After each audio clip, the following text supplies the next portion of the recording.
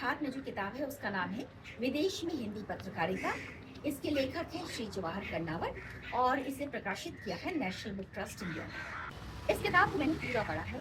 खासियत ये है कि ये 27 देशों में हिंदी पत्रकारिता की जो फुटप्रिंट्स है उसको जोड़ती है ये किताब। एक अच्छी बात ये है कि जवाहर कर्नावत जी खुद तो बैंकर रहे। बैंक की नौकरी से रिटायर होने के बाद उन्होंने अपने आप को पूरी तरह से हिंदी की सेवा में समर्पित कर दिया।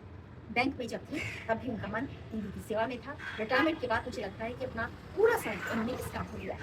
इसके तहत देश भर के कई अलग अलग पुस्तकालयों में गए और बहुत से लोगों से मुलाकात की और ये जानने का प्रयास किया कि इन देशों में हिंदी का विकास और उसका जो प्रभाव है वो किस तरह से हुआ।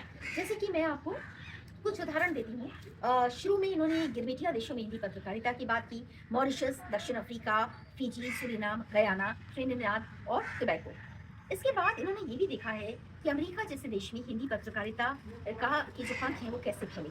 उसके बाद ऑस्ट्रेलिया की बात हुई है, न्यूजीलैंड की बात हुई है, ब्रिटेन पर इन्होंने एक बहुत विस्तार से एक चैप्टर लिखा है।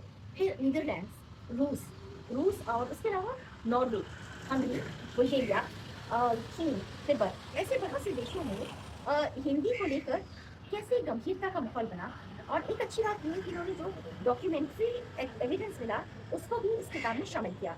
एनबीटी का जो एक स्टाइल है कि वो किताबों के बीच में पन्नों को रंगीन पन्नों को लगाता है, मेरी किताब में भी उन्होंने ऐसे ही किया है। तो उन्होंने रंगीन पन्नों में दिया है कि किन अलग अलग देशों में कौन कौन सी हिंदी की पत्रकारिता कौन से देशों में अलग अलग देशों में हिंदी की पत्रिकाएं दोबारा कि इन रंगीन पन्नों में इस बात को समेटा गया है कि कैसे देश दुनिया के अलग अलग देशों में हिंदी की अलग अलग पत्रिकाएं छप रही थी। जैसे कि नाम दिया है मॉरिशस में दुर्गा, फिजी में शांति तू, सूरीनाम की पत्रिकाओं की तस्वीरें हैं यहाँ पर। अमेरिका से हिंदी जगत और सौरभ का जिक्र किया गया है। ऑस्ट्रेलिया और कनाडा की पत्रिकाएं हैं। ब्रिटेन से पुरवाई का नाम है। न्यूजीलैंड से भारत दर्शन का नाम है।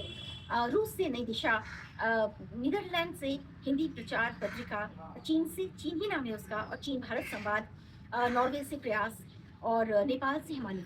कमाल की बात है इस किताब की चर्चा शायद मीडिया की दुनिया में ज़्यादा नहीं हुई होगी, लेकिन एक शिक्षक के तौर पर मैं ये मानती हूँ कि एक गैर शिक्षक का इस तरह का काम बहुत प्रभावशाली है। बहुत ही ज़्यादा ये प्रभावित इसलिए भी करता है कि एक बैंकर ने बहुत डूब कर किताबों की दुनिया में काम किया है। नेशनल बुक ट्रस्ट ने जैसा आमतौर पर वो अपनी किताबों के साथ करता है, बहुत सुंदर प्रकाशन इस किताब का किया। इसका फॉन्ट बिल्कुल सही लगता है पाठक के लिए।